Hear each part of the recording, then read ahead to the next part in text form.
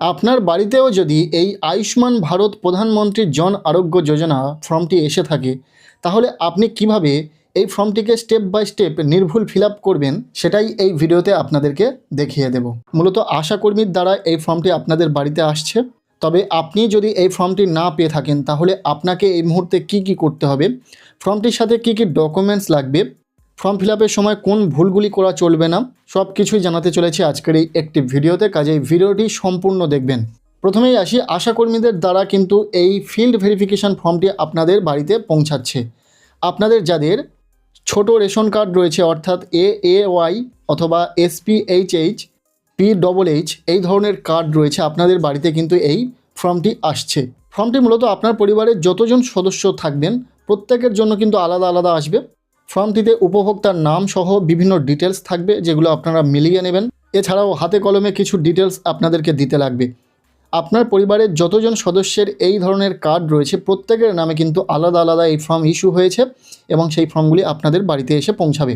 চলুন এখন ফর্মটি কিভাবে ফিল আপ করবেন সেটা দেখে নেওয়া যাক, দেন বাকি বিষয়গুলি নিয়ে কথা বলছি। ফর্মটিতে দেখতে পাবেন বেশ কিছু ডিটেলস কিন্তু অলরেডি ফিল আপ রয়েছে, তবে আপনাদের কিছু ডিটেলস দিতে লাগবে। যেমন প্রথমেই দেখতে পাবেন এখানে লেখা রয়েছে আয়ুষ্মান ভারত প্রধানমন্ত্রী জন আরোগ্য যোজনা ফিল্ড ভেরিফিকেশান ফর্ম। এখানে উপভোক্তার অ্যাড্রেসটি থাকবে, এখানে ফর্ম নাম্বারটি থাকবে, এখানে আপনার ডেটটি লিখতে হবে, যে ডেটে আপনি ফর্মটি জমা করছেন বা ফিল আপ করছেন সেই ডেটটি এখানে লিখে দেবেন।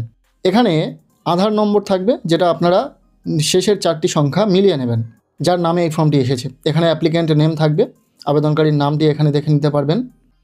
এছাড়াও আবেদনকারীর রেশন কার্ড নম্বরটি এখানে দেখতে পাবেন, এখানে লেখা রয়েছে, আপনারা রেশন কার্ডের নাম্বারের সাথে মিলিয়ে নেবেন ঠিকঠাক রয়েছে কিনা।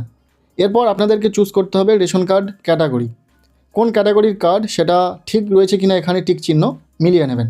কারোর AAY ক্যাটাগরির, কারোর SPHH বা PHH যে ধরনের কার্ড আপনার রয়েছে সেটা এখানে ঠিক চিহ্ন রয়েছে কিনা মিলিয়ে নেবেন।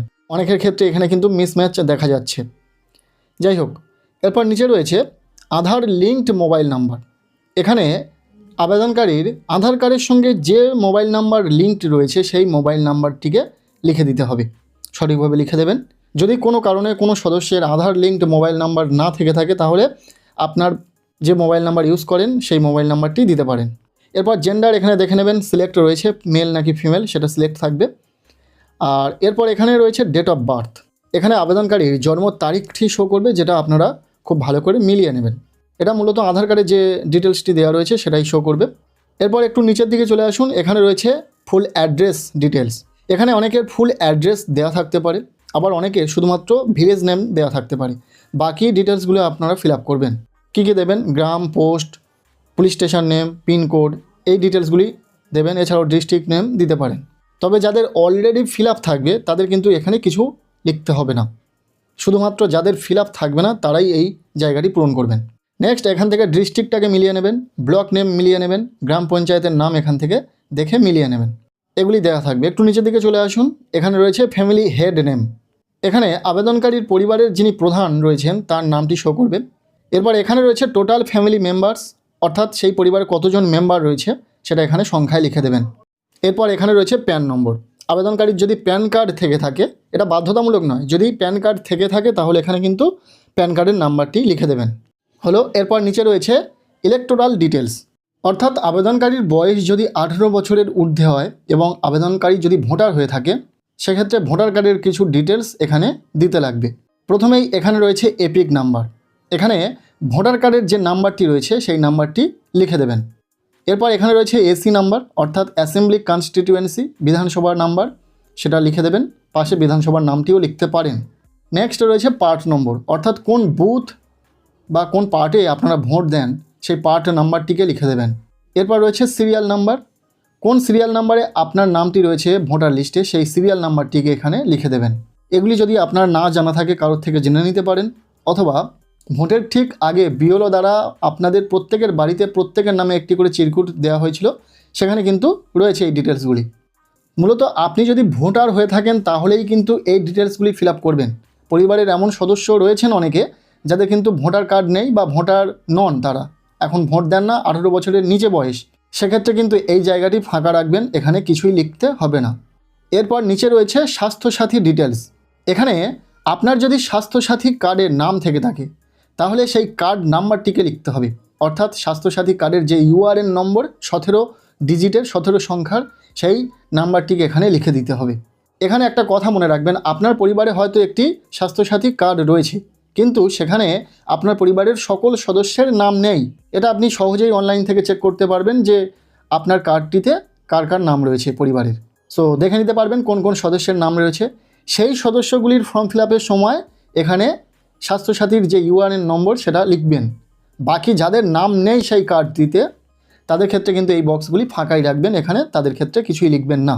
স্বাস্থ্যসাথী কার্ডটিতে যাদের নাম থাকবে শুধুমাত্র তাদের ডিটেলস ফিল আপ করার সময় এখানে স্বাস্থ্যসাথীর যে ইউআরএন নম্বর সেটা লিখবেন। বাকি কারোরই লেখার দরকার নেই, যাদের নাম থাকবে না তাদের লেখার দরকার নেই। এটা আমরা জেনেছি আশাকর্মীদের থেকে, তাই অবশ্যই এই বিষয়গুলো খেয়াল করবেন। এরপর নিচে এই যে অংশটি দেখতে পাচ্ছেন রিসিপ্ট, এই অংশটি কিন্তু আপনি কোনো কিছুই ফিল আপ করবেন না। এখানে কোনো কিছু লেখার দরকার নেই, সব কিছু কিন্তু অলরেডি ফিল আপ থাকছে, যেটা হয়তো আপনাদের কেটে দিয়ে দেওয়া হবে, অনেক ক্ষেত্রে দেওয়া হচ্ছে না। তবে এই জায়গাটি আপনাদের কোনো কিছু ফিল আপ করার দরকার নেই। এখানেই ফর্ম ফিল আপ শেষ নয়, এগুলো আপনার বেসিক ডিটেলস যেগুলো আপনারা মিলিয়ে নিলেন এবং কিছু ডিটেলস আপনারা ফিল আপ করলেন। তবে আয়ুষ্মান ভারত কার্ডের মেন যে জায়গাটি রয়েছে এক্সক্লুশন ক্রাইটেরিয়া চেক, সেটা দ্বিতীয় পৃষ্ঠায় রয়েছে ফর্মটির, দেখতে পাচ্ছেন এখানে। এই জায়গাটি আপনি খুব সতর্কভাবে বুঝে শুনে ফিল আপ করবেন। এখানে কিছু ভুলের কারণে কিন্তু আপনি আয়ুষ্মান ভারত কার্ড নাও পেতে পারেন, আপনার নামটি নাও অ্যাপ্রুভড হতে পারে। সো ভালোভাবে বুঝে নিন। ফার্স্ট যেটি রয়েছে family income greater than 8 lakh per year, অর্থাৎ আবেদনকারীর পরিবারের বাৎসরিক ইনকাম যদি 8 লক্ষ টাকার বেশি হয়ে থাকে তাহলে এখানে ইয়েসে টিক করবেন, যদি না হয়ে থাকে তাহলে এখানে নোতে টিক করবেন। খুব সিম্পল, ভালো করে বুঝে নিন। এরপর সেকেন্ড যে অপশানটি রয়েছে সেটি হচ্ছে any member of family paying income tax, অর্থাৎ আপনার পরিবারের কোনো সদস্য কি ইনকাম ট্যাক্স পে করেন, যদি হয়ে থাকে ইয়েস তাহলে ইয়েস করবেন, যদি নো করার হয় তাহলে এখানে নোতে টিক করবেন। আবারও বলছি, ইনকাম ট্যাক্স দিলে কিন্তু আয়ুষ্মান ভারত কার্ড নাও পেতে পারেন। ইনকাম ট্যাক্স কারা পে করে, যাদের মাসিক ইনকাম 1 লক্ষ টাকার বেশি। যদি সেটা আপনার ক্ষেত্রে না হয়ে থাকে তাহলে এখানে নোতে টিক করবেন। আচ্ছা, এরপর রয়েছে found in ASDD list for SIR, অর্থাৎ SIR 2026-এ আবেদনকারীর নাম কি ASDD লিস্টে এসেছে। ASDD কথার অর্থ অ্যাবসেন্ট, শিফটেড, ডেড বা ডুপ্লিকেট। এই লিস্টে কি আপনার নাম রয়েছে, SIR-এ আপনার নাম কি বাদ গেছে, সেটা আপনাদেরকে এখান থেকে সিলেক্ট করতে হবে। ইয়েস নো যেটা হবে সেটাতে টিক করে দেবেন। এই বিষয়টি কিন্তু খুব গুরুত্ব দিয়ে দেখবেন। ASDD লিস্ট কি, মূলত SIR-এ যাদের নাম বাদ গেছে ASDD তালিকায় রয়েছে, অর্থাৎ অ্যাবসেন্ট, শিফটেড, ডেড বা ডুপ্লিকেট লিস্টে, শুধুমাত্র তারাই এখানে ইয়েসে টিক করবেন, বাকিরা কিন্তু নোতে টিক করবেন। যাদের নাম SIR-এ বাদ যায়নি নোতে টিক করবেন। এরপরে রয়েছে pending under SIR appellate tribunal, অর্থাৎ SIR-এ আপনাদের যাদের নাম বাদ গেছিলো, পরবর্তী আপনারা ট্রাইব্যুনালে অ্যাপ্লাই করেছেন, এখনও পর্যন্ত আপনাদের কেস পেন্ডিংয়ে রয়েছে, সেক্ষেত্রে আপনারা এখানে ইয়েসে টিক করবেন, অন্যথায় আপনারা কিন্তু নোতে টিক করবেন। যাদের SIR-এর নাম বাদ যায়নি তারা কিন্তু এখানে নোতে টিক করবেন। এরপর রয়েছে পেন্ডিং CAA অ্যাপ্লিকেশান, অর্থাৎ আপনি কি CAA এর জন্য আবেদন করেছেন, আপনার অ্যাপ্লিকেশান কি পেন্ডিং রয়েছে, ইয়েস নো যেটা হবে সেটা আপনি কিন্তু এখানে টিক করবেন। সাধারণত আপনারা যারা CAA-তে আবেদন করেননি এখানে অবশ্যই কিন্তু নোতে টিক করবেন। এরপর নেক্সট রয়েছে beneficiary name deleted from Annapurna Yojana beneficiary list, অর্থাৎ অন্নপূর্ণা যোজনা থেকে আপনাদের নাম কি বাদ গেছে, যে উপভোক্তার ফর্মটি ফিল আপ করছেন, সেক্ষেত্রে এখানে ইয়েসে টিক করবেন, অন্যথায় এখানে নোতে টিক করবেন। এখন অনেক পুরুষ দাদা ভাইরা জিজ্ঞাসা করবেন যে এই জায়গাটিতে তাহলে আমরা কি করব। দেখুন, আপনারা এটা ছেড়ে দিতে পারেন অথবা এখানে নোতে টিক করবেন। এরপর শেষ পয়েন্টে বলা হচ্ছে person not alive or permanently shifted, অর্থাৎ আবেদনকারী যার ফর্মটি ফিল আপ করা হচ্ছে তিনি যদি জীবিত না হয়ে থাকেন, মৃত হয়ে থাকেন বা স্থায়ীভাবে অন্য কোথাও চলে গেছেন, সেক্ষেত্রে কিন্তু এখানে ইয়েসে টিক করবেন, অন্যথায় প্রত্যেককে কিন্তু এখানে নোতে টিক করতে হবে। বিষয়টা বোঝা গেল। দেখুন, এখানে বেশিরভাগ উপভোক্তার ক্ষেত্রেই নোতে টিক হবে, তাই আপনারা ভেবেচিন্তে সঠিকভাবে ফর্মটি ফিল আপ করবেন। ফর্ম ফিল আপ মোটামুটি ডান। এরপর নিচে রয়েছে ডিক্লারেশন অ্যান্ড কনসেন্ট। এই ডিক্লারেশনটিকে আপনারা ভালো করে রিড করে নেবেন, চেকবক্সে টিক করে দেবেন। এখানে বেনিফিশিয়ারি যিনি আবেদনকারী তার এখানে একটি সই করতে হবে, যদি সই না করতে পারেন সেক্ষেত্রে কিন্তু আঙুলের ছাপ দিতে হবে। ফর্ম ফিল আপ এখানেই সম্পূর্ণ হলো। বাকি যে অংশটি নিচের দিকে রয়েছে সেটা আপনাদের ফিল আপ করতে হবে না, সেটা অফিসিয়াল ইউজের জন্য, সেখানে আপনি কিছুই লিখবেন না। এবার সেই ফর্মটির সাথে আপনাদের কী কী ডকুমেন্টসের প্রয়োজন হচ্ছে। মূলত প্রত্যেকটি পরিবারে মহিলারা অন্নপূর্ণা যোজনায় আবেদন করেছেন যাদের বয়স 25-এর ঊর্ধ্বে, সেক্ষেত্রে এই অন্নপূর্ণা যোজনার যে অ্যাপ্লিকেশন রিসিপ্টটি সেটি লাগছে, আর লাগছে প্রত্যেকটি আবেদনকারীর আধার কার্ডের জেরক্স। আপনারা রেশন কার্ডের জেরক্সটিও সঙ্গে নিয়ে যাবেন যখন জমা করতে যাবেন। মূলত এটি আশাকর্মীরা আপনাদের বাড়ি বসে ফিল আপ করে সম্পূর্ণ তথ্যও নিজেরাই যাচাই করে নিতে পারেন, অথবা আপনারা এই ফর্মটি ফিল আপ করলে তাঁদের কাছে জমা দিলেই তাঁরা ভেরিফাই করে নেবেন। তাঁরা তো ভেরিফাই করে নেবেন, তবে অ্যাপ্রুভাল তাঁদের হাতে নেই। ভেরিফাই করে তাঁরা ফর্মটি হায়ার ডিপার্টমেন্টে পাঠাবেন, সেখান থেকে আবারও ভেরিফাই হবে। দেন সেই ফর্মটি আবার চলে যাবে ডিস্ট্রিক্ট ভেরিফিকেশনের জন্য, সেখান থেকে ভেরিফাই হওয়ার পর অ্যাপ্রুভড হবে এবং আপনি কার্ড পাবেন। অনলাইন থেকে কিভাবে কার্ড ডাউনলোড করতে হয়, কিভাবে স্ট্যাটাস চেক করতে হয় আয়ুষ্মান ভারত কার্ডের, সেই নিয়ে ভিডিও আমি দিয়েছি। সেই ভিডিওটি আপনারা দেখে নিতে পারেন। ভিডিওর লিঙ্ক আমি এই ভিডিওর ডেসক্রিপশানেও দিয়ে রাখবো। এবার আসি যাদের ছোট কার্ড রয়েছে বা এই 3 ধরনের কার্ড রয়েছে, তারপরেও বাড়িতে এই ফর্মটি এসে পৌঁছায়নি, এই আয়ুষ্মান ভারত কার্ডের ফর্মটি এসে পৌঁছায়নি। দেখুন, আপনাদের ধাপে ধাপে ফর্ম ছাড়া হচ্ছে, মূলত একই সাথে প্রত্যেকের ফর্ম দেওয়া হচ্ছে না। আপনারা অবশ্যই খোঁজ খবর রাখবেন।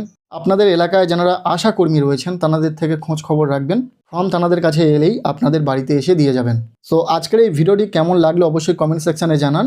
ভিডিওটি এতটুকুই ছিল, ভালো লেগে থাকলে লাইক করে দিন, চ্যানেলে নতুন হলে চ্যানেলটিকে সাবস্ক্রাইব করে রাখুন, আর পারলে ভিডিওটি প্রচুর শেয়ার করে দিন।